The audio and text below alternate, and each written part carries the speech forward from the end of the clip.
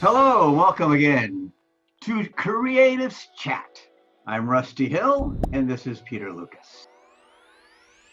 And welcome to another episode of Creatives Chat, where we talk about who knows what. Peter, who's on our show today? We have probably, again, one of my favorite people. I think everyone that comes on this show is going to be one of my favorite people, because when you get to know this up-and-coming, honestly, Seattle philanthropist, you can really say, he's a playwright, he's a songwriter, he's a just musician, he's an activist, he's a basketball coach, he's the front man of Marshall Law Band, and just Marshall himself, Marshall.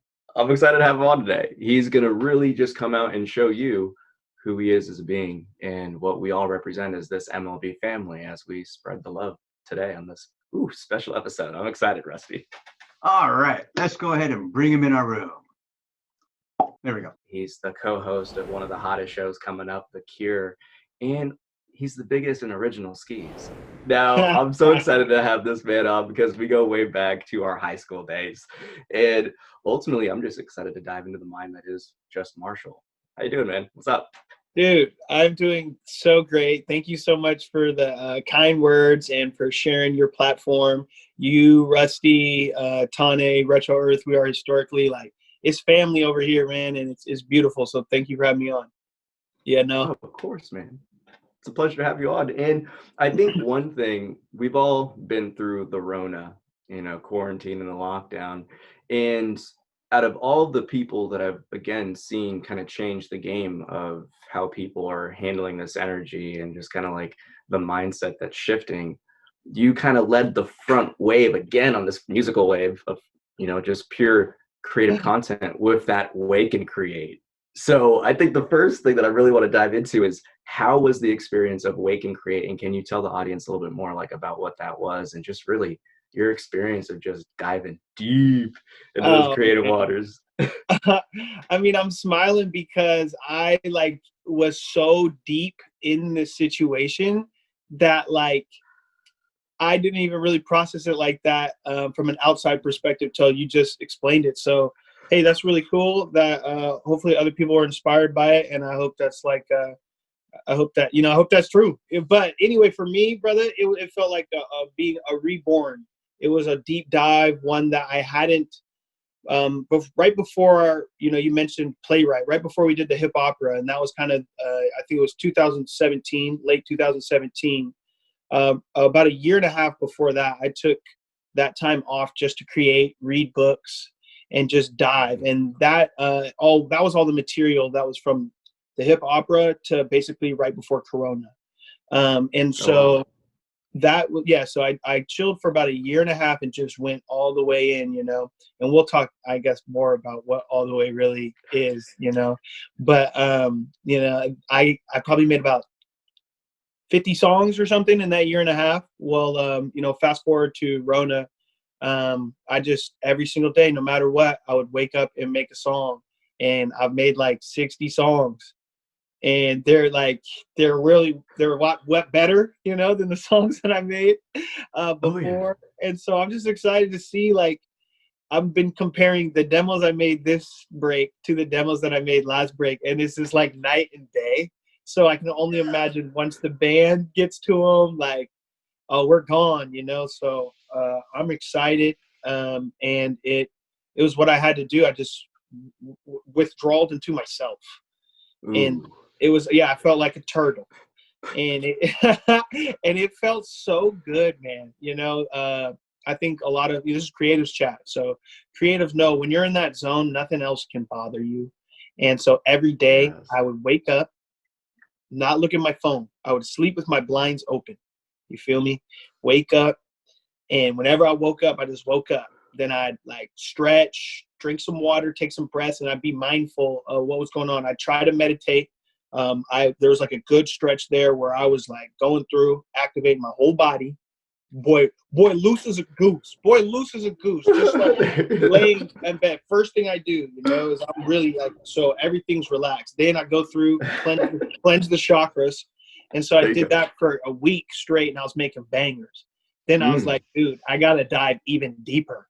So I woke up You know, I woke up, loose of body, open up the chakras. Then now, you know, I'm trying to go to like my special place. You know, I'm trying to visualize where I feel most safe and just comfortable. And so I tried to do like some astral projection, bro. I was really in there, bro. I was wilding. And that's how I would start my day. I wouldn't look at my phone, and then I would put on a beat, try to like clean my room, do some push-ups, some sit-ups, and then just go, bro. And I'm not stopping until I got like a song, basically. Yeah. Dude, that's the life though, right? Waking up and just being. It felt so good. I mean, it was also great, you know, because also when you're in that state, I will be the first to admit it. Now that I've kind of like gotten more, I guess my focus has shifted kind of more towards The Cure and, you know, getting the band back together and like revitalizing the camaraderie within the unit. When I was just like myself diving in, man, it was like I was in a book, man, to be honest. It didn't even really feel like, I look back, I'm like, wow, I was doing a lot of stuff. You know, meanwhile, I was getting involved in politics and going on rants. And I'm just like, whoa, I was in it. You know, I was in it. So it feels good to be out, but also I miss it. So that's kind of how my creativity works, man. It really goes, and like, you kind of saw it in Hawaii. You know, like I can really shut down. I can crank out tunes. When I got to be out here sending emails to the high dive and stuff, I'm not going to be as efficient as I am creatively. So it's been a blessing. I feel good. And I'm just happy, man. So that's awesome. And I think it's something that, you know, you got to give yourself credit for it, you know, because again, you're collaborating with all these different artists. Like, I think just the inspiration that the Wake and Create brought to, again, like the Seattle music scene, it just brought people that, okay, well, you're gonna, all right, well, I'm gonna step up my game, you know, like, so regardless, it's one of those things, again, it's like that healthy competition. It's like, regardless, it's like how people see it or how they interpret things, it always inspires them whether they like it or not. And I think that's the beautiful thing when you put your genuine stuff out there. Because one of the things that I saw was just how many different musicians were getting connected with each other and like hearing about each other's different beats. You know what I mean? And so again, like, it's so cool just to see like what putting yourself out there really does to just like the greater community. And I think we really can look no further. You touched on it a little bit, but more of like the activism that you bring in, like, you know, like the music that you have, like Black Panther, for example, like that's a powerful song. And, you know, Shaman, like powerful song, like when they killed up the shaman, bro, like that's a factual thing. Like, and it's one of the, it's, you know, so I think it's something too, where you talk about your creative process. And for those of you that don't know, if you couldn't kind of build a picture, Marshall is, you know, is the true expression of that kind of contraction and relaxation. When it's time to create, it's time to turtle it up, as you put it, right? And I think that's the cool thing that I've been able to witness firsthand is everyone has that same kind of like tunnel vision when they're in that flow, when they're in that state. Because when you were off right in Hawaii, and like even for like the Wake and Create, when you're in that state, it just, that's all you're doing, you're breathing it. And low key, for everyone that didn't catch it, the biggest thing I think you said was you start your day and you don't even look at your phone. Can't, bro. Like no electronics, nothing. Like, bro, this thing, I mean, the internet, it'll poison your mind, you know? I think so rarely are we left alone with our own thoughts.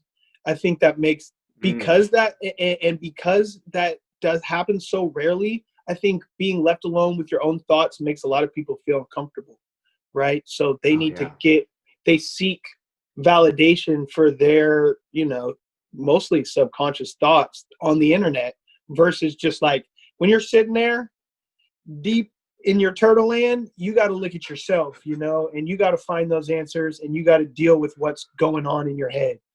And those are sometimes really tough conversations to have. But what was great was be able to channel that. So, you know, I think it comes from sports, bro. You know, you and I went to O'Day, so you know what it is, bro. You know, when it's time to go, when it's really time to compete, and you know, in this way, I was looking at like sink or swim. Like, what am I gonna do? I can't just let my cord fall off and like not still have an impact on like the culture, because I was ready to really push off of this blueprint I had. But for all that to go, at first it was kind of shocking and rattling, but then it made me like excited, because now everybody's starting from ground zero. So if I wake up every day and make a song, I at least know, I doubt anybody else is going to do that. If somebody does do that, then they're a monster. So, okay, I want them around me. I want to be in those conversations. I want to compete with somebody that's willing to do that. And then, so that's exciting. I'm like, all right, yep, I know from a competitive standpoint, I'm ready for at least that, Then I'm like out here thinking, oh, concepts, like how do I apply these projects? I'm starting to think tiers and tiers in applying constant pressure, it feels like, to compete. That's what I love doing. So yeah, it was fun to start from ground zero and to sprint, and now to have like The Cure getting some traction and people excited and kind of hearing the rumblings, and the boys are, we're having our first live stream show coming up here, like, oh yeah, we back, and it feels good, bro. I'm excited. Oh man, that's beautiful what you were saying in terms of just the overall impact of just the vibe and the energy that it brings when you start to when you start to uplift yourself on that level. And I think that's something that always is your own kind of like spiritual flex, is when you channel your own flow even more and more and more, it literally just spreads into everything else, because you hit the nail on the head. If you have this difficulty dealing with your own thoughts, and you don't really have that kind of, well, I want to figure this out kind of competitive mindset to really tackle these things, and you don't have an outlet to express that stuff, man, like it'll crush you. And I think that's something that really is such a detriment to like what we see in our society, like what you're talking about on the internet, like how people get abused by it versus use it to empower themselves, how really the school cut out like creative expression, so it's like, wow, it's how many people don't have outlets like that. And again, it's like it's a gift to be able to give back your own your own journey in that, because again, it's your lyrics have meaning, man. You're a poet, you pack a punch with your words. And I think when people really listen to it, that's what they really connect with. It's like, oh wow, I like how you put that, like, yeah, oh wow, I like how you said that. I mean, the thing is, also on top of that, I'd also like to point out, like, this has also been a tough time mentally as well. Like, like I said, these are difficult conversations you're having to have with yourself. So it's like, there's no running from it. You're either going to run on the internet and try to like numb yourself. Eventually these are things that are going to manifest, and I deal with them like everybody else. So I do feel really, really blessed to be able to channel those feelings into like little creative capsules, I feel like, and I can put that away. It's my therapy, That's how I got through this shit, is like competing, and I've been watching the Michael Jordan documentary, and like, bro, when I be hearing him and his teammates talk about how much they want to win, like, it puts in perspective how badly I too want to win, like, I really want to win, I love winning. It's like, it comes from sports, I think, so that's how I look at it. And it's been a great journey when I wasn't conscious of that. Now that I am, and you see songs like Shaman, what a song can do in a room. Running has changed people's lives because people have told me that. Well, now I'm writing songs with that intention, and so I know they're going to be more potent, especially when all these other layers are added onto it. So I'm like, I'm gassed up by it, but it requires. So when I did the hip opera, right, I would read either a book or like the teachings of Joseph Campbell, and then I would watch a YouTube video on that, and that's how I learned about shamans, and then I wrote the song Shaman. You know what I mean? Love it. So that anytime, that was like my creative process this time around. So, or last time. So this time around, I just wanted to go straight from my own self, like, exploration and meditation. And then I know I got my friends' beats. I know these guys, and it's just me on the mic. So I'm here in my room, I finally got my own mic. I'm just like, all right, I'm going to tell the world from my own perspective. And that was really cool. I mean, I called one of the projects that I did with David Murray, who's like a sub bass player and just one of our homies that's always around, Evan's roommate. And I called the project Fishbowl because, like, I feel like I'm in a fishbowl out here, just staring at the same window and just looking around. And then, you know, there's also kind of a deeper message. It's like humans, I feel like we're basically in a fishbowl. We're just out here. Earth is just a fishbowl. So it really is something that been inspired, bro. Been inspired and like tussling with heavyweight concepts. I've been weird, bro. You know, I've been weird. I've been reading about like clairvoyancy or buoyancy. I don't know. Oh, there you go. You know, but I've been diving in, man. Leveling up on the many Woo! different levels in which we can step up the game of the human experience, right? Mm-hmm. And It does feel like a video game a little. Right.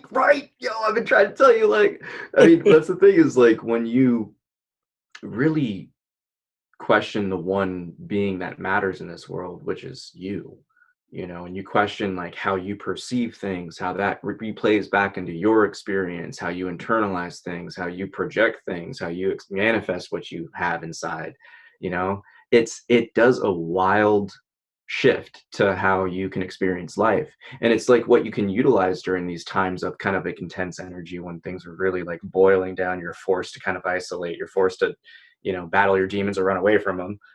You know, you have it's I just see it as an opportunity. You know, you can either kind of repeat the cycles of the past or you can pivot it and, you know, really transform yourself. And I think that's what you're like, the cool thing that you're experiencing is being able to spread that inspiration through your music and like, right. And like, man, you know, it's great being able to talk to you about this because like I feel so tapped in, bro. Like if I focused hard enough, I would battle a literal demon, bro. Like dead ass, you know, right. like I will tap into something and really either create the struggle of which I'm going through and manifest it as a demon or any sort of adversary and go and like in my mind vanquish it. And the amount of power that gives you is like it allows you, it's like a little crusher game, you know, when you be like trying to get through and shoot the little asteroids, but you got to get to the next spot, you know, you know, you can shoot problems down in your life before they turn into an argument, before they turn into you lashing out on somebody else, you know. And so I had to take these things head on, you know, and learn about myself and also be willing to let my healing work heal and not be, I could have all these realizations and then I could still say, well, don't even listen to yourself. Just go ahead and mute that voice that you know is so clearly right, you know? But I can't do that anymore, you know? So it's been cool navigating that voice and having that voice, listening to it and believing in what it can bring forth into whatever realm I'm currently conscious in.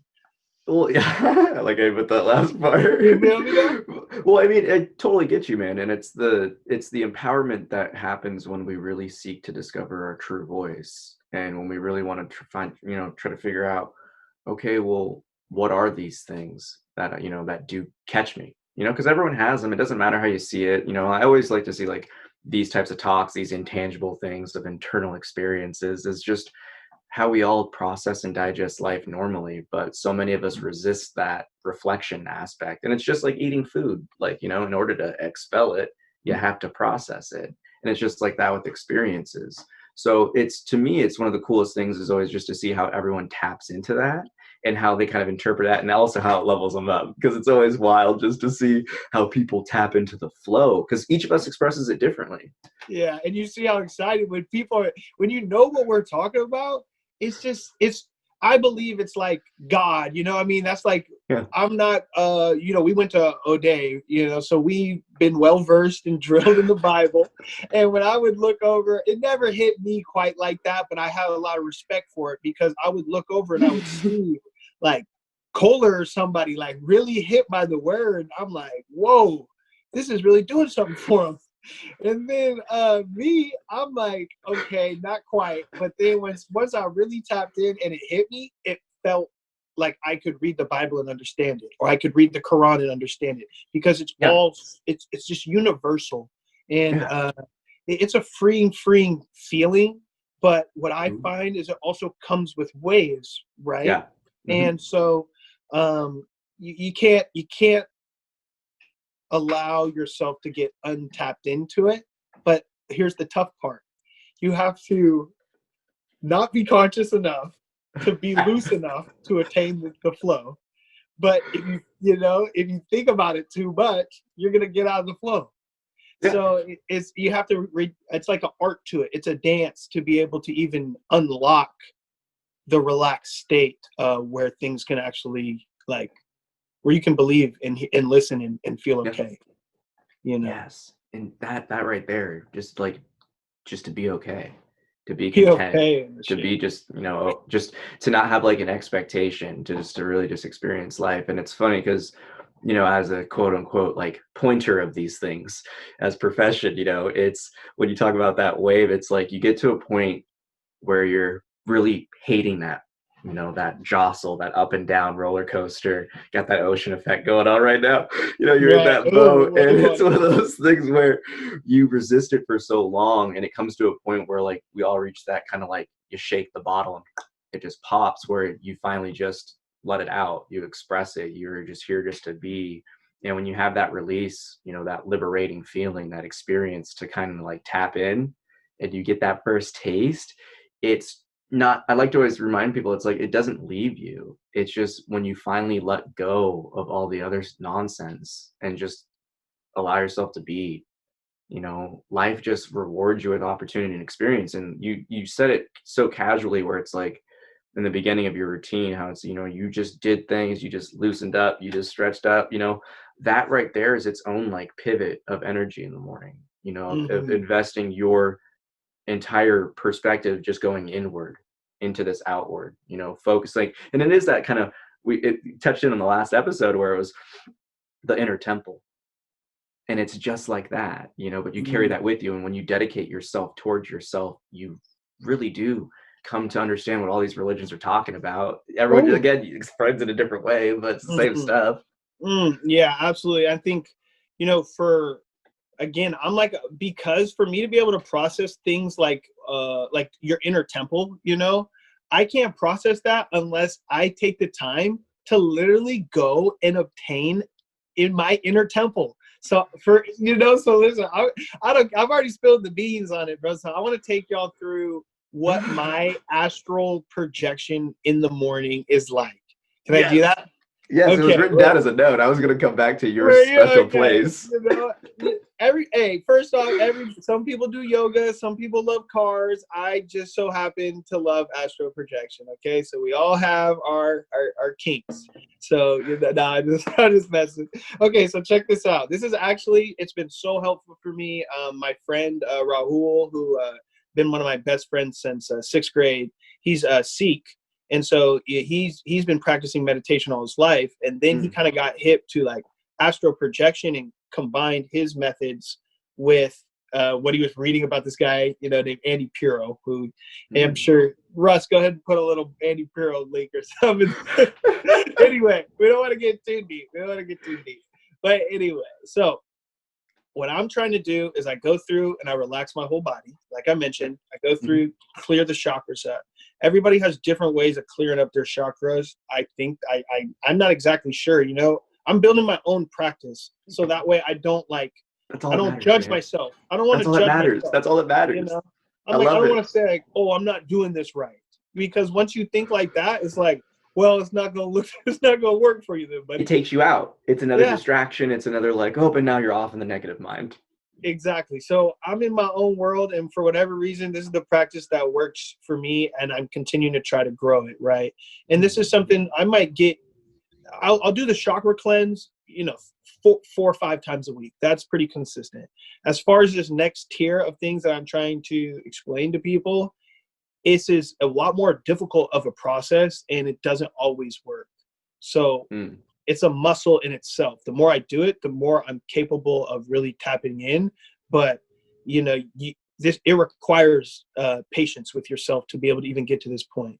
So once I clear the chakras, I do it in all different ways. I'm like, okay, this is a flower that opens up and spins, and then that way it just heals and sends like restorative energy through my body. I'm being very intentional with what I'm doing. And the end result going down. Exactly. So do you have a method in terms of your protocol? Because this is where, when we're talking about this stuff, I want to let people know that, when you really develop your own practice, like it does transform your life. So do you usually start from the bottom up, or do you go I'll start top from down? I'll start from my toes with my body. That's why There you first I start with my toes. I'm like, hey, y'all need to chill out. You've been grinding, dog.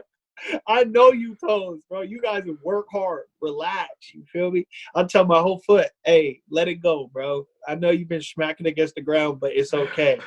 So that way my feet will start tingling from that. They're like, Yeah. thanks, bro. You know, Yeah. I feel like my feet are saying thanks.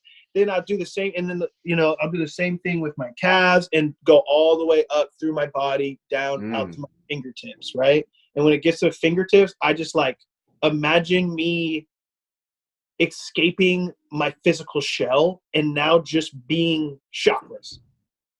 Feel me? Love it. Just your energy, your etheric Yeah. body. Because I'll do like flotation. I'll go and like do like floats and stuff. And it feels great being in that like suspended air. So that's my process to get to suspended air without having a flotation device or whatever. You know what I'm talking about. Yeah. So everything. So now I'm like basically just like sensory deprived right now. Like I'm just my whole body buzzing, but I feel great. It's like sleep paralysis to a degree, though. Yeah, in terms of like the body thing, that's what's going on. Because that's the point where, like, in terms of like personal thing, I think that's the point where people usually freak out, between like the lying down, the full relaxation, to like the tingly sleep paralysis, like kind of like the unsheathing, to like the floaty. That right there, terrifying. Yeah. Because when it's like Peter, it's like tightrope walking, right? Because your body is just like, hold on. Usually when I'm doing this, I'm asleep, So when you're doing it and you're aware and you're doing it intentionally, there's like a little bit of resistance there. And, as we dive deeper and deeper into this, I don't know if it's resistance in your own body or it's the kind of the next wave of consciousness being like, hold on, this is a little gatekeeper run. Like getting out the water, exactly. Almost, like, right? You're going to have to push in here. You can't just come up in here and get this knowledge, So I feel like a little rub, right? But once you calm down enough, and I might put on some music, but like, again, I'll type YouTube meditation. I'll find one that's chill enough for me to just forget it's on and distract my kind of white noise thoughts. Mm-hmm. And then, now basically my sensories are deprived, and now I'm just chakras. And I'll start with my crown or the top of my head, and like I imagine that like it's like cracked, right? And the thing is like all the problems, all the stress is just like kind of bubbling up and getting healed, and then like there's like a little piece open, and it just goes, and you kind of just put him right there on top, right? And you're like, okay, I done healed him up, So I got him good. We're straight. Then I'm talking like right here, my third eye, I'm like, okay, just open it up and see what's going on. Allow yourself to just see, just look. And that is like real exploration. And that just allows like a lot of your emotions to just turn into being like light shined upon them, I guess. Yeah. So that feels really good. That's like restorative. Then I go to my throat, and I'm just thinking like, yo, I need this thing, bro. I for real need this chakra to like the voice box, man. I need this thing. So I just like praise it for providing me the gift of gab and just appreciate it and just be like, bro, I know I probably chief a little too much, bro, but like if you could just hold up for me. So I spend some time there. Then I like go to like my heart, and like I mentioned, I imagine this. Somebody told me it's a lotus flower or something. Yeah. I don't know. So that stuck with me. So it just like opens up, and the petals like twirl, and that's just to like circulate blood flow and energy and just positivity in my life. Then I'm down to like, see, this is where I got confused. I didn't even really know when I started doing the practice. I'm just like a college kid, you feel me? I'm building my own practice kind of out of my ass, because my homie Rahul, he's breaking it down, but he's the one who really, so I'm like, okay, my next chakra, I just called it like my like pelvic chakra, I'm just making sure everything good, everything. Solar plexus. Yeah, I kind of let it go to like my legs or whatever. And then I get like my tailbone, right where my tailbone is, that like aligns my spine and like just opens things up and kind of helps me remind like posture, even when I say it, right? These are the triggers that happen. but you're doing it like with your sensories deprived. So once I get there, now I'm really ready because my body doesn't feel like anything. I know that my energies are like buzzing at the proper place for me to make the next jump. And this, trust me, this is like a leap of faith. So if you guys, if all that made sense, then this next thing, just trust me, okay? This next thing, just trust me. If you're still with us here, if all that made sense, this is where the fun, to me, this is where the fun happens. Yeah. And, oh man, it gets crazy. Okay, so look. Let me drink some water and stuff, man. You got me spilling my meditative beans. Amen. But that's one of those things where it's always important to understand how people perceive things and how they heal themselves, most importantly, because everyone has their own methodology to it. Because again, this is like like what you said earlier, like you're training it, you get stronger, you tap into it easier. Like this is your own kind of like spiritual muscle.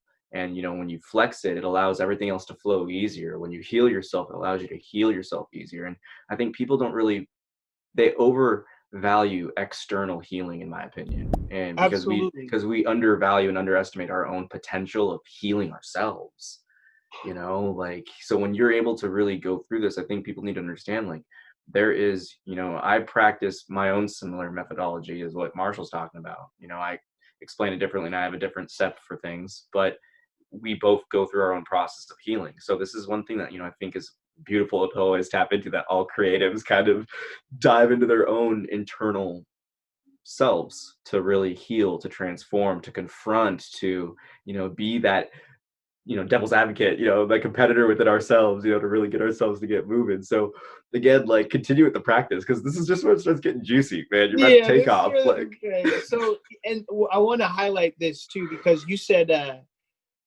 we value external healing. So, like, you know, we watch all types of crazy sci-fi, all types of wild stuff, you know, and so creatives don't put limitations on themselves. So that's what I'm trying to do now that I've already don't even feel my body and my chakras are buzzed up crazy.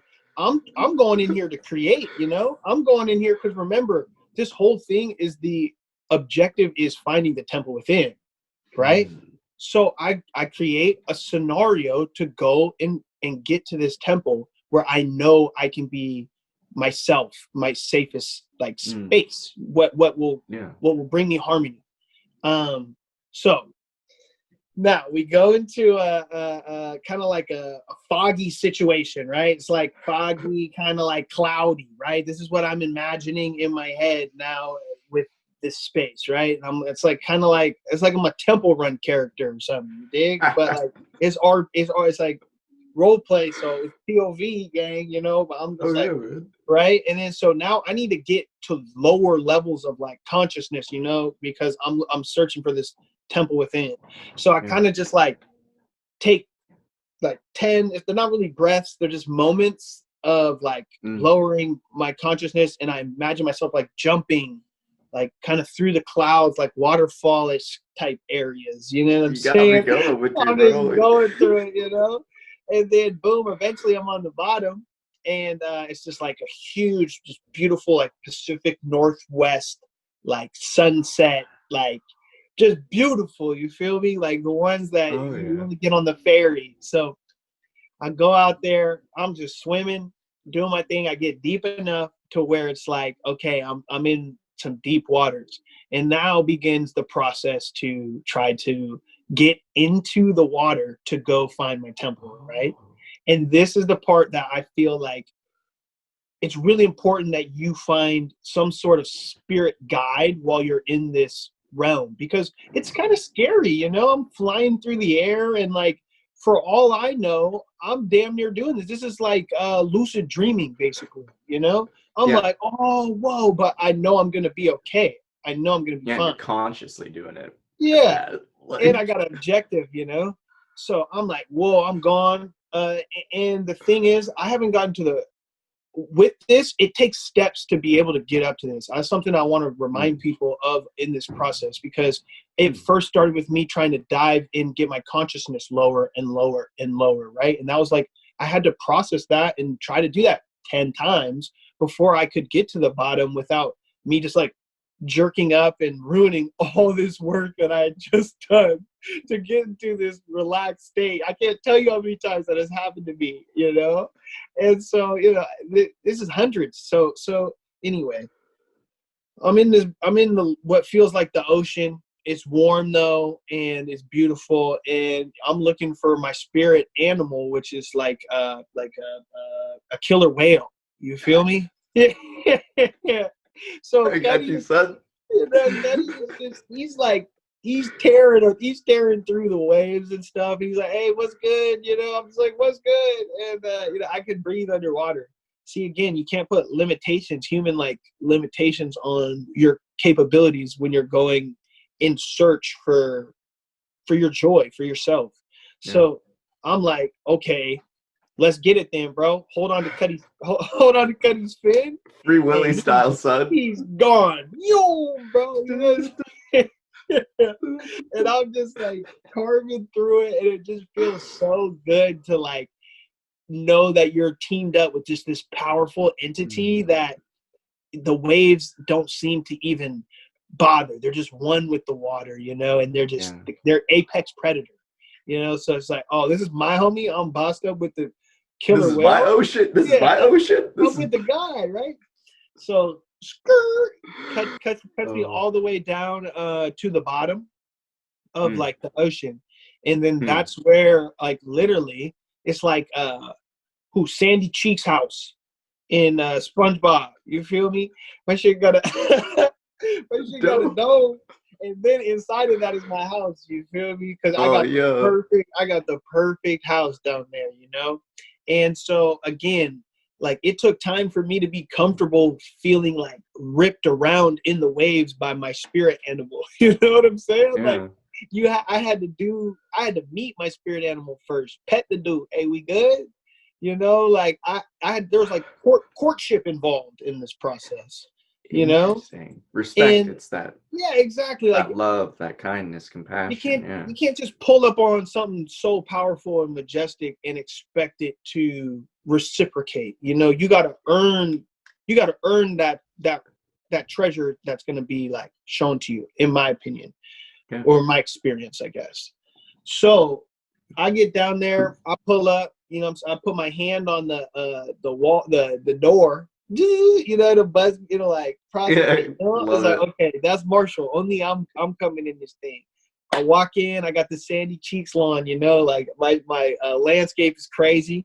I might spend some time like on some RuneScape shit. Like, okay, hey, I need some bushes right here. You feel me? I need this going right here. Like, I'm gonna project what I would want if I could just make my own space. Because remember, this is my temple. This is for me, you know. So I'm just trying to do stuff I like, you know, and then I'll go inside. Now, this part is kind of interesting, and shout out my bro Rahul, because this is kind of what he was like, hey, this is the ultimate goal right here. Inside of my house, I got a room for everything, right? So I got a healing pool. I got a gym. I got a studio. I got man, I don't need much, bro. I only need a house that has 3 rooms, and I'm gonna be okay. You know what I'm saying? I don't even think I ever had a bedroom built in that thing yet. You feel me? I got 3 rooms, bro, and like a big sand room where I could just. I always wanted a big ass rake. It's like one of those little things, but it's just like I can go in there and do it myself. So, and so like if I have an injury, right? I'm going to go in there and I'm going to kick it in the healing pool and submerge myself in it and focus on it. And I kid you not, bro. I hurt my knee hella bad one time. Yeah. I did 2 straight weeks of deep heel work in this manner. My knee was straight, bro. There's no cap pretense, bro. If I'm lying, I'm crying, bro. I really healed real time or energetic, like astral projection time. Because I was in my astral projection and I did it so frequently, my knee healed at such a rapid rate in real life because I was doing it in that sense and sending so much focused and high frequency energy to that location, the intent, it healed it, bro. I swear to you, you know. And like, I mean, you can go into crazy stuff like jaguars do it. I swear, like there's all types of crazy stuff, you know, that people may not be comfortable with it. But if you believe, the thing that can happen to your body as a result of belief and focus and intent are crazy, you know. So I'll hit the studio, I'll hit the weight room, and boom, boom, I'll get out, zoop, I see and then also, so I get there, right? I think it's very, very important once you're there and you do all that stuff, whatever you do in your house, take the time to ascend back up to consciousness and don't just jump right back into real life. You know, give your brain some time to like, hey, let's wind down a bit and process the experience. And, you know, so I'll like kind of count up from 10, get up, I'll take that first like breath of fresh air, and that's when I'll like open my eyes and be conscious again of where I'm just laying on my bed, bro, in my same room as I'm always in. See, you know? And I think that's something that before people even like, you know, if you stuck with us in this point, then you're about to gain some real wisdom, because even in our Western, you know, quantified sciences, we still can't comprehend the placebo effect. It works for some people and they have a biological response, and it's literally just a sugar tablet. Like there's so many different instances when you actually look into like the more like metaphysical things or etheric things or energetic healing powers of people. There is an amazing ability to manifest what you want when you really refine your concentration. I think that's the cool thing, you know, like the balance of like the surrender and the discipline to get into the flow. Like if you really have a really immense amount of discipline and you really can just let go and drop things, like that flow just gets stronger. So I think it's something that people really got to understand. Like if you don't know Marshall and this is your first experience getting to understand this man, you know, he's a person. And the reason why I am so close to the MLB family and rock the MLB family is because he puts his money where his mouth is. And your ability to manifest things that you set your mind out to, I think just kind of really does uplift your kind of own natural ability. So I love how like you've kind of found this natural, like as things go with life, you get those seeds that get dropped every now and then, and you vibe with that. So you nurture it and you've built this into your own practice to change things in this world, you know, and you see it with the lyrics and the music, you see it with your activism and just bringing the community together. Because you know, I think it's the message of, you know, your genuine nature of just speaking your truth and really, you know, I should say worshiping your own inner temple, right? Yeah, I mean, once the community. Once you've done that, it's like you believe things are possible, you know? You don't look at the world the same. You're really just like, wow.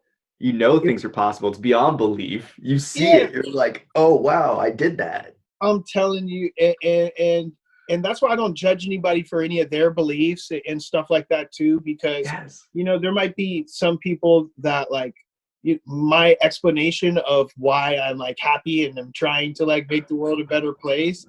That's like, oh, that's crazy. Like, why does he believe what he believes? But the fact of the matter is, like, if it works for me or whatever you do works for you and it puts you in a frequency to like be okay. Like this is what I have to do in order, like I have to go through these steps to feel okay, you know? And I think it's all right for people to chase that and want that for themselves. And then once you're okay, now I think is the time to try to like project out to others and try to uplift others and teach them that path. But really got to heal yourself first. And that's why I don't shy away anymore from trying to be a leader or a spokesperson to raise our overall frequencies, because I've done the work, dog. I've done the mental work and deep dive to feel like I deserve to speak on the subject, because it's hard what I just described. Maybe it doesn't mean anything to anybody, but to me, it's like, dog, that's my doctorate. You know, that's what really gives me purpose in this world. Having an ability to unlock. And so, yeah, man, it's just unlock. It's I like crazy. that. But you feel me? You know, it's crazy. And I feel so blessed to be able to have this conversation with you because, you know, you get it. And, you know, there's a lot of people out here. A lot of people get it, bro. Oh yeah. Well, I think that's just kind of the changing of what you're talking about in terms of raising the kind of vibrations and levels of everyone around us, where as a healer, you understand it always goes both ways. When you help someone else, it helps you in so many different ways. And it's that act of compassion and building bridges versus kind of that old mentality of kind of like putting up walls and it being this me, myself, and I. And when you really uncover what that me, myself, and I is, you just inevitably break all these walls. And Mm. when you heal yourself and kind of like, I like to always think of it like a lighthouse. We're all just these boats at sea, right? But when you really heal yourself, your whole boat just glows like a lighthouse. And it, can either attract, it always is going to attract either, those that are seeking the light or those that are trying to extinguish it. But regardless, what you're putting out there is creating changes that are more constructive and positive, because you're either having someone vibe with you and like empower themselves through that, or you're having someone see you and experience you and they have the opportunity to confront what really riles them up within themselves when they experience you. And I think Yeah. that's something that people really experience a lot when you kind of develop into this own self-mastery of what you're talking about. And like what a lot of creatives do is, because what you said earlier, it was like, it's just that drive, it's that just drive of the creative. And it's like, we really don't adhere to other people's rules and norms and paradigms and really just kind of carve our own path. And that's like, dude, that's the empowerment that is like when you dive in deep within, like, Mm. I'm stoked, yo. Yeah. I'm happy So you can share that. if you Thank want to you, know how man. my quarantine's been, buddy, it's been doing that and making songs. So Level up on both fronts, yo. That's all we yeah, can do, man. I love it. yeah. So I'm about but that being said, I'm about tired of being inside. So it's really difficult, man, because I can only be in this it's an intense state, it's almost like going through like a basketball season or something like that. I wonder if I had been around everybody else and all the other distractions, if I would have been able even to obtain that level of self-reflection and be able to Ooh. do this. So I'm very thankful for it. But usually the way I keep myself from kind of constantly being in this kind of weird creative bubble is by like hanging out with people, and getting normalized and socialized a little bit, at least enough to where not Reels you in a everybody. little bit. Yeah, because I mean, if you're walking around all the time telling people about astral projection and all this stuff, it can also, as you know, it can also put people off. So it's Oh, hard yeah. when you're in it not to just want to constantly tell everybody how your way of life could help them, but you got to learn.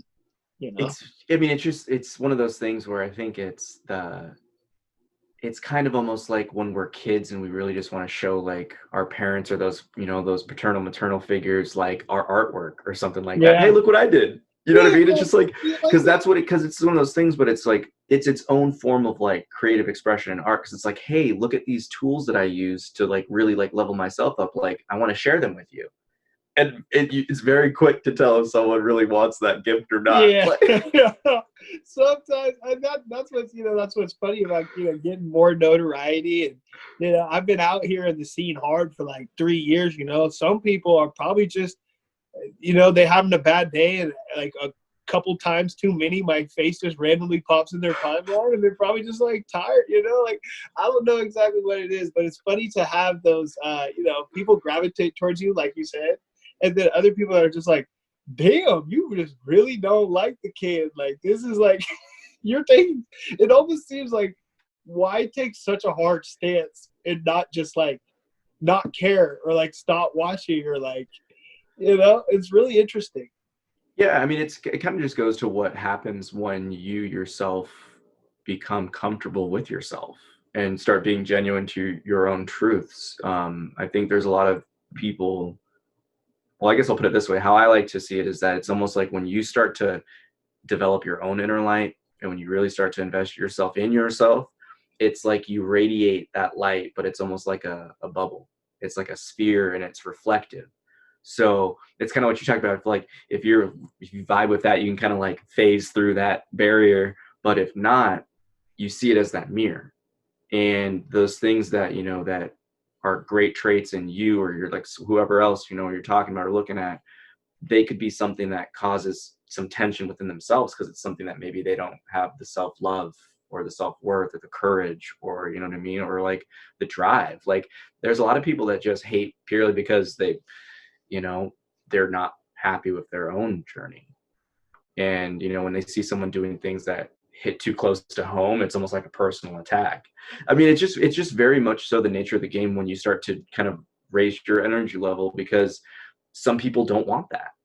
You know, some people don't want to have that type of like uplifting message. Like I think one of the things that's always really connected us in that front of love and like uplifting the community and people is that inclusive vibe we have. And we're going to touch on this in just a second, but for all of these that don't know, we were all about to go on like a 50-day plus tour across the nation called Spread the Love Tour. You know, heading off in South by Southwest before all that got shut down. And one of the things that brought all of us together again is that mission of inclusivity, and that alone causes so much tension with just a lot of artists, which is surprising. When that's kind of what we lead with, like, oh, hey, what's up? We're a family. Like, we love you. Like, want a hug? Like, you know, like some people are just like, F you, dog. It's like a South Park episode, but it's just like, you know, what I'm working on, and what I'm trying to find ways to, like, just because that's their perspective, I also want to really work on having human compassion and not be deterred by that aspect, you know? So it's like, all right, what are some easy methods that I can use to, you know, disarm this hatred and really get the message of love through? Because that's the, you know, that's the point. So, you know, I'm working on better ways to, instead of just like, oh, write people off, oh, that's a hater, blah, blah. It's like understanding that exactly their pain is what's causing a adversarial reaction to whatever it is going on. And I got to show compassion for that and still practice what I preach, you know? And that's hard, you know, like these things, that's what I'm saying. Like, these are not easy things to like look at someone who's talking bad at you and be like, hey, I understand. And it's okay for you to say that. And I love you still. Want a hug? Like, yeah, one hug. Like, those are not easy things. I'm a human too. Like, people, you know, but I found that if that's just better for my life, man. Right. That's just better for my life. I've tried the other way. That other way don't do anything but bring you down and get you distracted. I gotta stay in my zone, bro. I gotta stay loving. I gotta stay positive. And so that's like right now, I'd say that's almost my biggest apprehension of reassimilating back into the post-COVID world. Is just, I know for a fact all this work that we put in is only going to get exponentially bigger. And I'm already dealing with some of these downsides of being in the public eye. And it's like, oh, wow, I need to learn how to protect my joy while still amassing more success as a career, and still like spreading the right message and keeping true to that while dealing with these negative aspects. Because if you listen to the demos I made 2016 to the demos now, and you learn all the stuff we learned in between, like, there is no way that we're not finna double or triple up when this thing is done, dog. There's literally no way. So I gotta get used to it and find peace and find sanity. And so this COVID situation, I feel like, put me into this cocoon, a safe cocoon, man, where I'm ready. I'm ready to just be with the family and just go and laugh and have fun, you know, smile again. You know, I'm not trying to have frowns on my face, even if something terrible's going on in the world. Like, I'm done with it, bro. It's what you said earlier, man. Like, I really, if anyone could take anything from this like conversation today, it's to really just recognize that when we let go and just dive into the unexpected waters with like as your journey, you know, you can't expect things. When you let go of those expectations that, you know, people are going to respond a certain way, when you let go of those expectations that, you know, you're going to respond a certain way, and you just allow yourself to be open. I mean, I think that's just like the truest tapping into love and compassion, because it's just openness. It's just being able to allow someone to express themselves. And when you emulate that, man, like it's such a powerful force to transform your life and others. So I think that's something that's really cool to always see, you know, emulated through the group and the people that have kind of naturally gravitated in the community that literally you built, man. So I think that's one of the things where it's just recognize again, where it's that it's been cool to see the family aspect really spread like wildfire, because more and more people see it that way now. And it's something that a little compassion can go a long way. And it's that when you don't react to someone one who's being salty, when you don't react bitter to them, and you just see them openly and lovingly like that, like just your very being changes the way people operate, because that phases people more than anything you could ever say. You know, Yeah. when you literally just like turning the other cheek, like Would you like to punch me in this cheek, sir? No, not with this one. But you know, it really is super cool. And everything that I ever wanted and hoped for as far as music and community building is still available and on the table. And going into this next phase, I'm just really grateful for the opportunity to have that be a reality, that the dream is still alive, you know. And I'm if you know, I've been through a lot chasing music. I think this reflective time has, you know, this time off has really made me just like look back at the last probably 8 years doing this.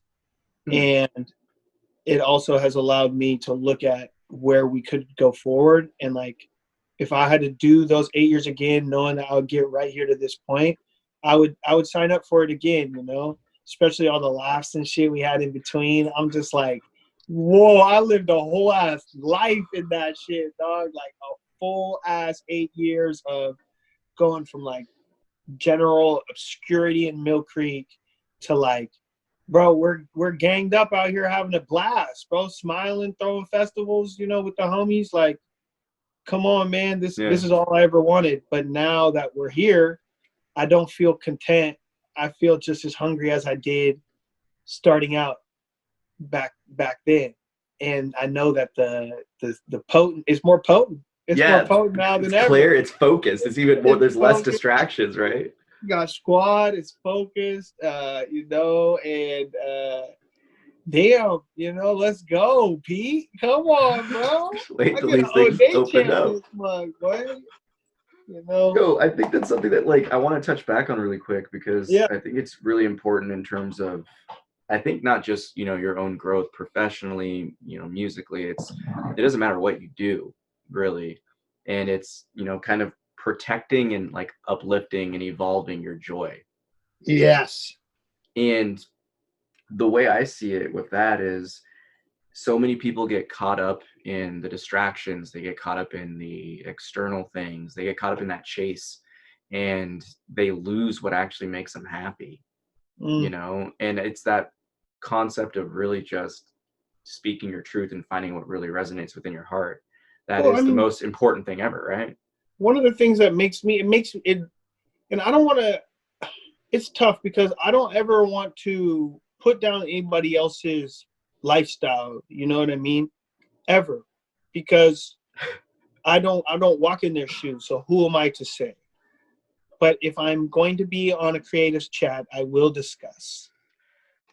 It seems like people don't have fun, or they don't even know what lets them have fun. You know, they don't even know their own selves to know that they're not having a good time. And I'm just like, it makes me sad that people aren't having fun and they have to live their life not having fun. But I think it's like, I mean, it's like it's the levels. No, I totally get it. But it's, again, it's like almost the levels of, you know, of how many layers you're going to peel back, you know, because it could be, again, it's always like, we only know what we know, right? And sometimes it takes, I know for me personally, it took a lot of those experiences of doing things that I really didn't enjoy and really wasn't me to recognize like, oh, this isn't me. This really isn't what I'm Now that I about. think about it, I'm not a And total asshole. right, like exactly. I was like, this isn't my crowd. Like, I don't care for this. But it's one of those things where we all have to kind of go through those journeys. And I think that's kind of the beauty that creative outlets kind of allow us to all connect to, is that same ground of inspiration where all this stuff comes from. When you strip away all the judgment, when you strip away all the persecution, all the external pressures, all the peer pressure, you know what I mean? Like when you let go of your own judgments and really forgive yourself. And like, and you said it earlier, it's like you gotta like kind of like own up. You have to be accountable for like what you do in life. And if you don't have that, again, I think that's the athletic kind of mindset where it's like, when you're watching tape, what are you watching? You're literally watching to focus on your flaws. Like, you know, but you see it constructively because you do something about it. Hey, you know? Speaking on that now, though, that it makes me laugh because again, it's like, dude, some of those film sessions are so traumatic, but I'm like appreciative for them now. But at the same time, looking back, I'm like, dude, a couple times I got the business, bro. They would give me the business in film sessions. I'm like, dog, this shit, it feels personal at this point. I know I turned it over, but damn, you know? College athletics and athletics is just a weird place in general. And that's what I think that's why I'm on such a positive crusade, if you will, of trying to push this message, is because, you know, it doesn't need to be that way. And it's not conducive for everybody. And if you want to be competitive, you can find ways to play within the boundaries and compete. Okay, compete, see who can get the most streams, see who can get the most plays. Like, yeah, go ahead and compete. But to like create an atmosphere where other people don't feel comfortable entering the space, that to me is what I'm up against. I'm like, no, like, everybody's welcome. Let's create an environment where if you want to be competitive, be competitive. If you want to be in this genre, be in that genre, but don't prohibit anybody else from doing literally anything. This is America.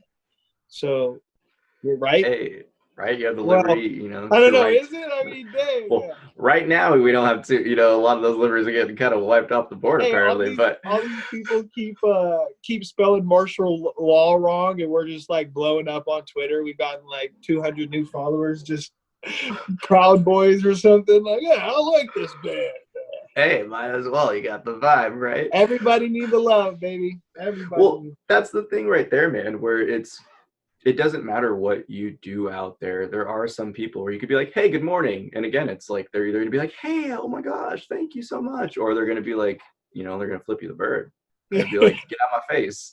You know, so it's always those things where I feel like as long as you're always just kind of speaking your own truth and being genuine to yourself and just allow, you know, yourself to play the game of life. Because I think it's one of those things where it's all of these things, like the competitiveness, the drive, all the different things like we've kind of brushed into in terms of the mindset of, you know, what it takes to like build and manifest what you want. It's not more so about I guess you would say like a love. It's more so about a letting go. And it's kind of like that film aspect, you know, like, you know, you have to be able to look at yourself and let go of the flaws to really tap into the beauty that is within you. Absolutely. Like, and when you do that, you just keep refining that magic. You keep getting better. You keep honing that craft. You keep honing that skill, and it's like you're just getting those skills better. You know, you're just uplifting. You're leveling up. Yeah. I am appreciative for sports because it embedded that in my process, and you know, it made me okay to fail and still go and compete at the highest possible level I could the next day. You know, you play AAU game. You might play 4 games in one day, you know, and so you got to turn the page quick. You can't be worried about what happened last game, or if you had a good game, you can't think that's going to carry over. Like, you got to do it time and time out. So, yeah, man, the mentalities, it feels like I'm coming to age mentally, and so finally, because I've been finally, because I think this is going to be the catalyst. This mindset is going to be the catalyst that gets hopefully a lot of us over the hump and be able to start making music and arts here in the community, like a realistic career path for some of us, because we can't keep up at the same pace, you know what I'm saying, for 30 years, but that's what we want to be doing. So some changes have to be made, and I think the change had to come from within. Everybody around, like, these are the same conversations I have with Matt, same conversations I have with Tane, Evan, Josh. I can have these conversations, honest conversations, with, I'd say, almost everybody that's in my life and is close around me.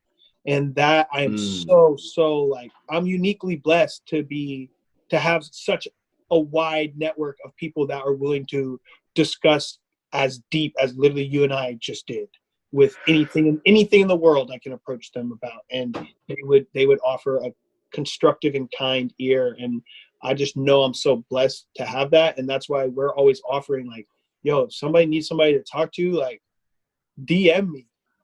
If you're really in trouble, I will, like, listen to you if that's what you need. I'm not, and that's the same stuff Tawny's on. Like, if that's what you need, go for it. We got you. I got you easily. Don't feel alone out here. Like, we can't be having people feel alone just because they don't think. I feel like that's why people lash out and do these, like, mass shootings and whatnot, is because they feel so unheard. They feel so insignificant, and like, society is just trounced on everything they've trounced on everything they believe in. And I feel, it's like, I don't feel bad. It's like part of me understands, like, damn, us as a society need to make these people feel heard. And even if they have wild perspectives, it's not they got to be able to talk to somebody. And you kind of touched on it right there, man. Wild perspective. It's like, we isolate so much of individuality into, like, categories of what you should do and what you should be. And I think that's one of the things that's always so fun to kind of explore about every creative, is that those paradigms don't really matter for people that really choose to create, and it's something that's really fascinating when you see it like that. What I'm trying to figure out is, it's almost like unlearning, the patriarchy and stuff. Yeah. Because even when I say things like wild perspectives, because of me saying that, I'm perpetuating the problem. You feel me? Because it's making, but that being said, if I walk around talking in this pseudo PC language constantly, I myself now change the perspective of which I'm viewed, right? And I have to be comfortable and okay with that. You see? And so it's difficult this is exactly what I'm talking about. These are the inner dialogues that I have with myself, and I try to tackle. But I go back and just thank you for being a person that can process these things with me, because it's tough. Like, I want to do what's right. I don't want anybody to feel isolated, but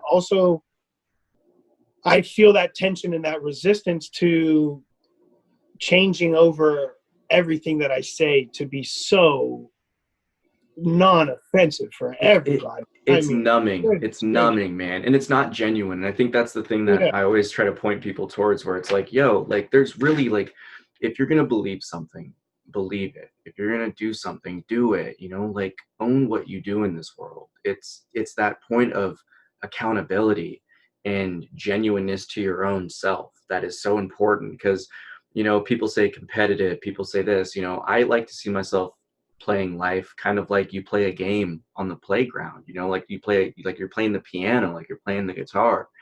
You play with that freedom just to enjoy the experience of playing. It's, if you win, you win. That's cool. I like winning. But if I lose, I'm not going to be bent over out of shape about it, because that's just part of the game. As long as I left everything out on the field, I feel content.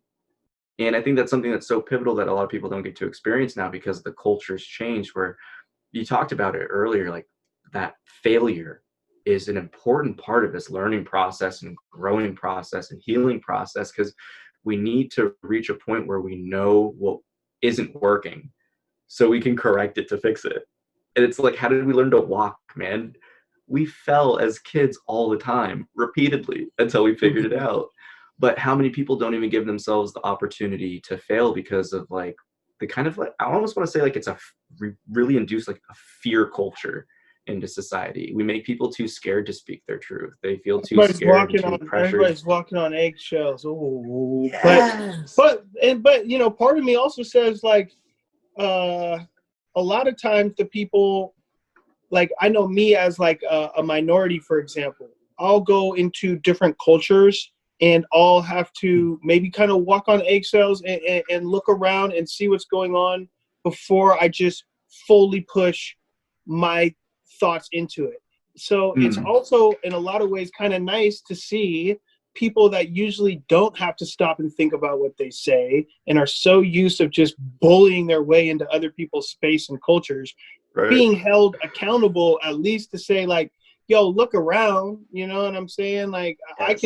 I can forgive some, like, if I see you're trying and I see you're open and you're not trying to be disrespectful and you say something, I can correct you and it's all love.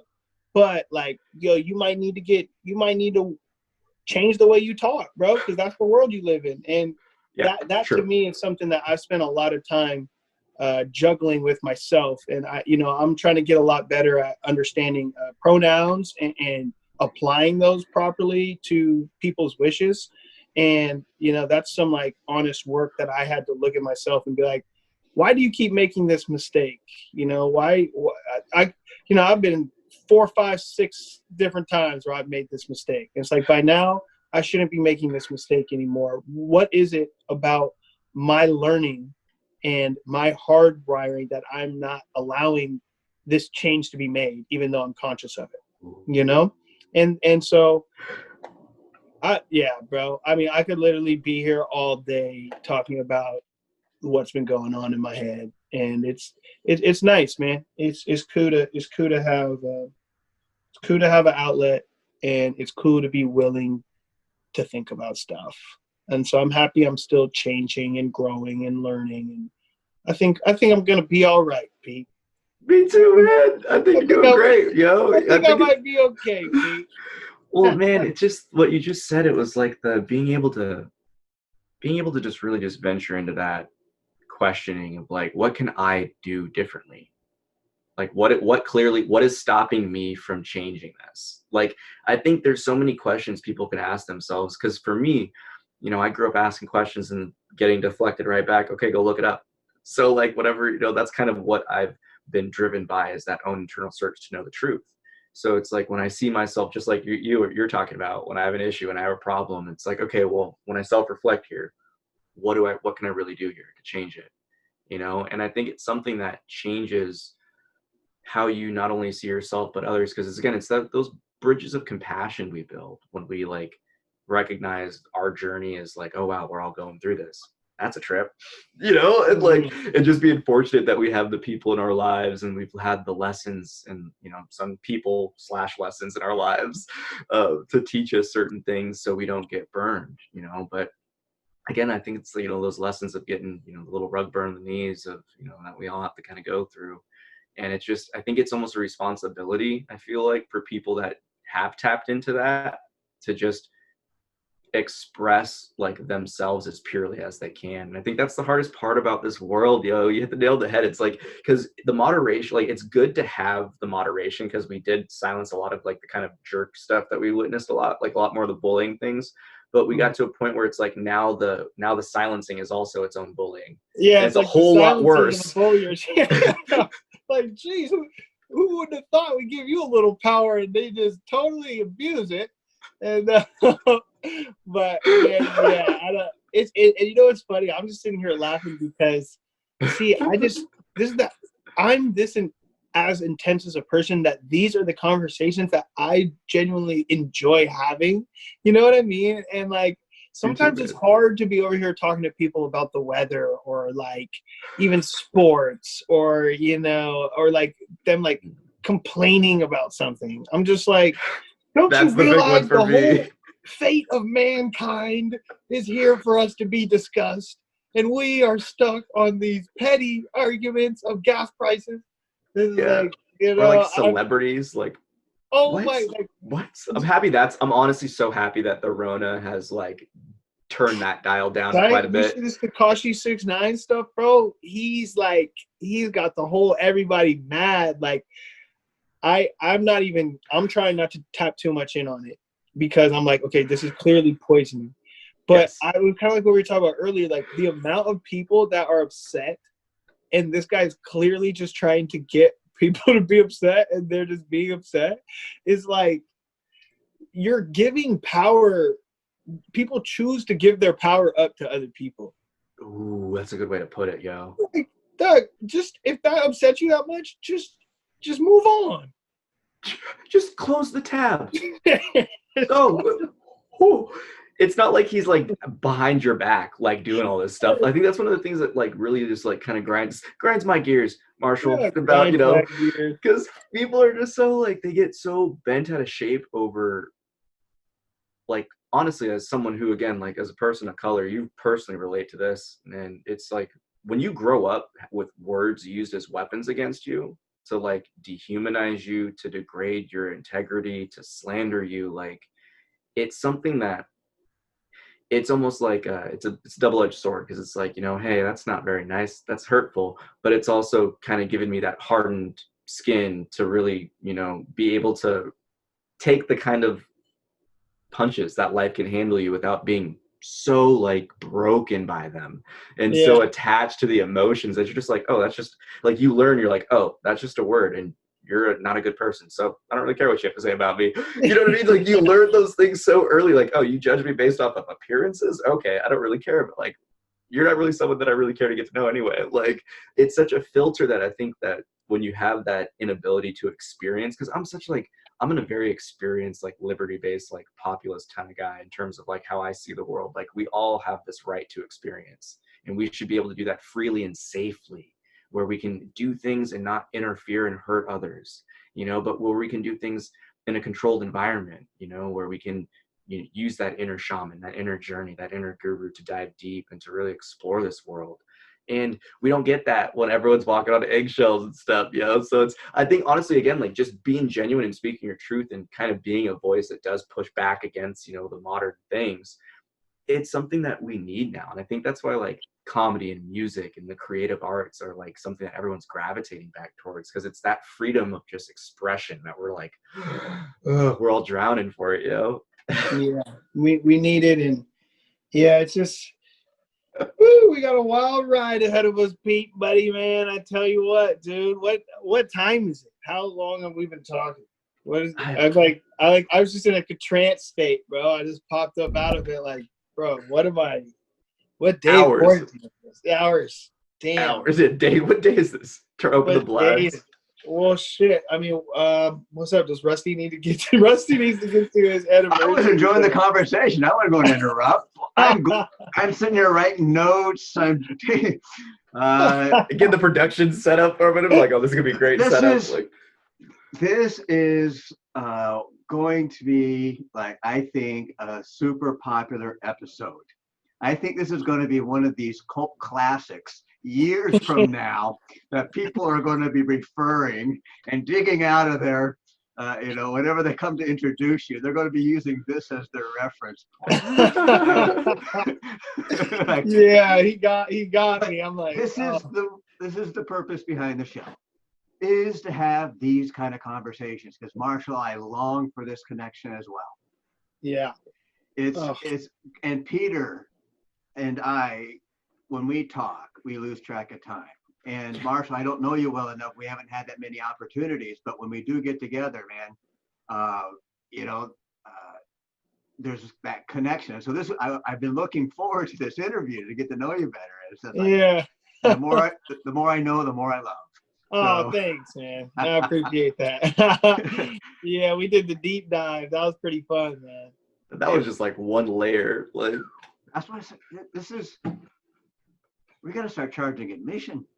well, to me, it's always fascinating when we get into like those kind of like introspective questions of, you know, how you handle like looking at something, how you handle observing something, observing yourself, how you change things about yourself, you know, just that process that it always just validates what people are going through. And I think that's always the most important part about these types of conversations, is like, there's always someone listening that's just like, oh, wow, like, I feel like they said that for me, you know? Yeah. And when you have those moments, you're like, yeah, Like, yeah, and it's other people speak. This is a language. How we're talking, how we're feeling. It's not just the words. It's the thought. There's a vibe. There's a feeling. It's coming from the heart. It's like, and that connection there is what I crave. Is just being connected. I don't even need to speak. I can, like, your words are flowing through me. Oh, Like yeah. I'm getting it, right. And it's actually, it's like your mind, my mind are melding, and I'm imagining my chakras opening, and I'm a lotus flower, and Yeah. oh Yeah. wow, it is so beautiful. And the under the water voyage and the orca whale, like I can imagine that. I'm sure a lot of people took that journey with us. And Yeah. so yeah. that was incredibly unexpected. And Orca, killer whale. The and orca. We have that man. connection, bro. I didn't yeah, even know that. See, that Rusty, we talked about that last week. Like, and that yeah. was your question. Like, this wouldn't have happened. Like, that moment wouldn't have happened without you, man. Like, Wait, did you guys talk about spirit animals last week, or what did you do? Yes, I asked, do you have a spirit animal? And if so, what is yours, Marshall? It's orca whale. Yeah. It is, Yeah. right? Like, and so, Yeah. like, what's the coincidence? And mine's the dolphin. And Hell so, yeah. and mine's also the orca because I have a whale on my ankle as a birthmark. my I God, have 3 dude. dolphins on my ankle. And Oh, I So have 3 dope. dolphins that I stare at. I have dolphins everywhere. Dolphins play with me. And I feel like I am playing right now. And because orcas technically are dolphins. So they're all in that family together. Yeah, pod gang. Yeah. And And so it's Pod The like, gang. explorers, yeah. I had that realization last week. I'm playing with my fellow, like, these are like, That's why we're just. and so this is not limited to us though. This is to all our viewers out there. Like these kind of conversations, Yes. if you're wanting to have these kind of conversations with us, let's get in contact. I mean, Yeah. like, even if you don't, maybe you're shy, you don't want recorded, but like Marshall said, like if you're feeling disconnected and you just need to chat with someone who doesn't, there's like a non-judgmental thing happening in here with creatives. We don't necessarily interrupt. We just go with the flow. It's almost like improv comedy, where you just take an idea and you just dance with it, right? And it's like you're passing the partner back. It's just a community dance, right? Where everyone just kind of Hey, you get loose. picks up the beat, and then they just get in the center spotlight and do a little jig a little bit and so on. It's like, but you don't, and that's the feeling that I was craving, and I was hoping we could transmit somehow. So I think we successfully are accomplishing that. Yeah, I think so too. Yeah. By having no format for creatives. Speak what you feel, not what you think. Yeah. That's so important. That's so important, I think, in just genuine human connection. Everyone's got opinions. It's the feelings, though. And so everything that like you're talking about, like I felt. I'm experiencing the conversation. There's a lot of conversations you hear, and there's a lot of conversations I'm. It's almost interactive. Like I'm watching you two, but I feel involved, and so thank you. Hey. Oh, appreciate you. hey, I mean, I got we're my always fix. just. I mean, we're always just worshiping. It's that inner divine, man. I think that's what makes it special. Is that I'm excited to continue to interview people. I think one of the cool ones that like more creatives. It's like Macintosh is going to be on the show. Like, oh yes. Like, so this is gonna be fun, bro. Like, this whole new era that we're going into, being able to have our own media and cover our own stuff. Like, bro, this shit is really finna take off, dog. We got this on top of the music. Oh, come on. Go from show to show, and we're gonna go across the country doing it for 50 days. Like, that was literally the goal. And when we do finally do that, bro, we're gonna have such a better time now. Oh, I mean, because look at the community that's just growing and building and vibing with this message. I think it's a magical experience. Just again, like the blessings in disguise that a lot that like this lockdown was, right? Like how it happened when it happened, that we weren't in the middle of New York, that we weren't in the middle of the country when everything closed. You know what I mean? Like that. I mean, these are moves that could be potentially breaking, you know, like people like, I don't have the money to solve that problem if something goes wrong, you know, Yeah. so. There was so much that could have happened, man. Oh. So it's the blessing in disguise that it also provided this opportunity to tap back in and recharge, I feel. I really do feel like it was a very, you know, transforming period for everyone, and now everyone's like, dust has settled, we've marinated our juices, right. We're like, let's go, like let's I went Super Saiyan, bro. I was looking at a picture the other day. I was like, dang, bro, I forgot I used to have just black hair. Like, I forgot like I forgot I didn't have blonde hair. I'm so used to seeing myself with blonde hair now. It's like, it's just life, bro. Changes. It's been an interesting quarantine.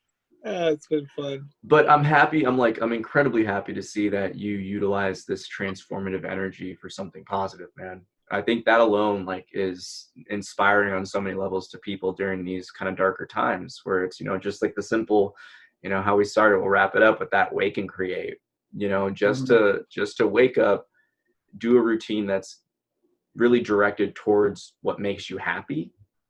Like, wait, what are you doing? How dare you? You know, like that's one of those things that it inspires people, man. And it's something where it's like everyone, when we just dance our own dance, everyone gets moving, you know, because when your thing, just go do your thing and just don't step on toes. You'll be all good. And if it happens, it happens. You know, you're just like, hey, that's all up. Keep it moving.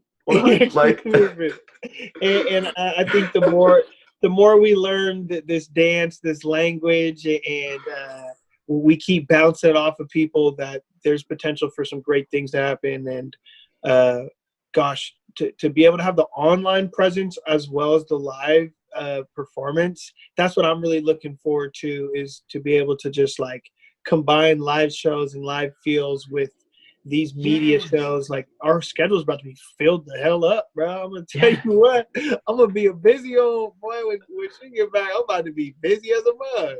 But it's beautiful because it's changing the game, and it's changing, I think, the outlet of, you know, what musicians can do. And I think it's, again, it's like bringing power back to the people, because it's like, hey, let's remember who actually brings in the crowd. Like, that's what I'm saying. It's like, you know, I'm thinking about it because I got really inspired by there's this podcast where Matt Barnes and Steven Jackson do it, and those are two former NBA players, but they were like 6 men. Now, Steven Jackson, I think he was an all-star one year. He was really good, but Matt Barnes more like a 6-man type vibe. Great players still, but they're like they interview the players, you know, and they're super good at it.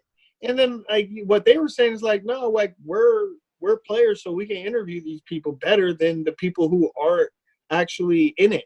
So that, like, I'm like, wait, us as creatives, we need to have our own media. Instead of us like looking for other people to give us coverage, let's just cover ourselves, you know, like let's skip the middleman, bro. Empower the people. Let's skip the middleman then. If that's what we want to do, if people are gonna like be upset about working together or don't want this person gets this, then we'll just have to create our own type of thing going on. So I think that's what we're doing, bro. We're doing it, man. This is how we started. No, man, I think that's one of the things where it's like when you just allow things to flow and you can dive deep into your passions, like magic happens, dude. Like magic. And it's inspirational stuff. And I think it's Rusty hit the nail on the head. Like you feel it. Like, yeah, you can listen to it, but you feel what we're talking about because you've been there.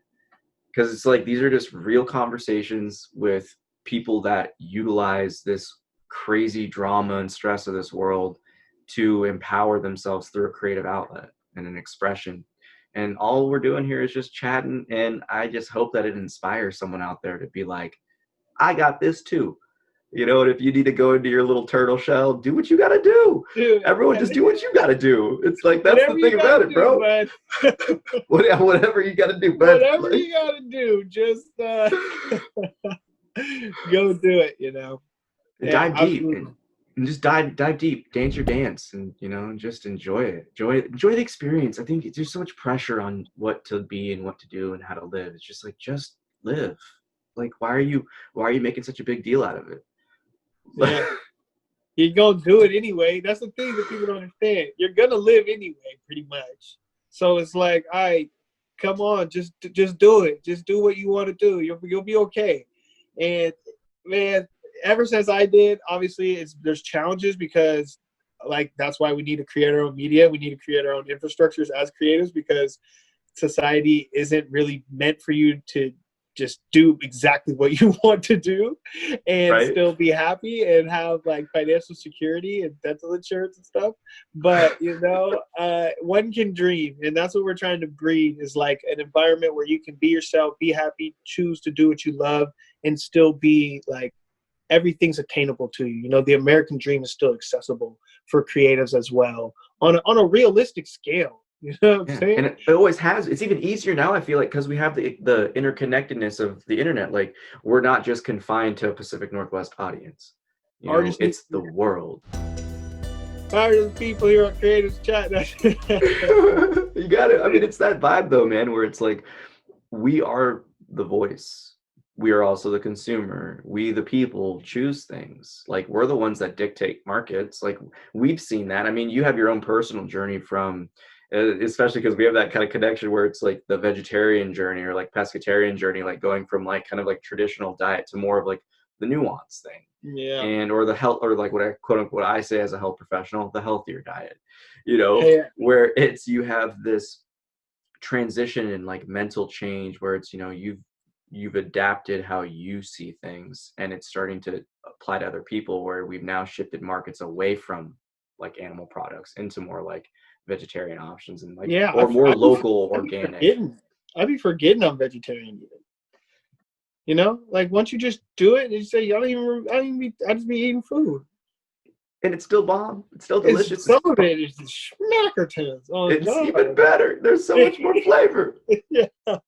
So I mean that was a big switch. You definitely inspired me to make that switch. I was like, man, shut up, because I've known Pete since I was a freshman in high school. You feel me? So people that go to a day together, like you actually know the person because the school is small. So yeah, it's great to see somebody from that community do something, because when you see someone from O'Day do it, you too believe that you can do it. That's just kind of the camaraderie that's built at that school. And so when I seen you doing what you're doing, bro, and just spreading love, positivity, hitting the veggie switch, trying new things, self-exploration, I'm like, yo, shout out Pete Lucas, bro. I'm finna do the same, and so thank you for being an inspiration out here, bro, and just you're a hella good friend, man. So thanks again. You too, yo. Well, I think it's real recognizes real, and you've tried the vegetarian thing, you've done water fasting, like you've seen someone do something and been like, okay, well, I like to see that for myself. And you try it, you experiment with it, and that takes courage. So I just hope that a lot of these talks can inspire people to awaken their own inner fires, to really just put themselves out there, to really just shoot their shot. Because, you're going to miss every shot you don't take, right? Life has been exponentially better since I started doing that. Oh, cool. I like it. Doing the shot. Noticeable shift, bro. So it's tight, man. Well, shit, bro. I don't know what time it is. I probably should go. I should probably go do something, bro. You know what I'm saying? I got it. So with that, I'll go ahead and wrap it up. Oh yeah. And I want to thank everyone who stayed tuned in. Our show airs every Thursday at 3:33. Who knows how long it's going to last? We're just going to talk. We got no time limit. We kind of start off on a topic, and when you see where it goes, I mean, that's the beauty of Creatives Chat, is that we just make it up as we go. We feel as it goes. We just ride that wave. And so thank you for riding that wave with us. We'll see you again next Thursday at 3:33 on Creatives Chat. Cherish every moment and make every moment count. Have a happy always. That concludes this episode of Creatives Chat. Thank you for watching. Join us every Thursday at 3:33 p.m. Pacific Daily Time as creative minds get together and chat about who knows what. View more episodes on our YouTube channel. Don't forget to like and subscribe.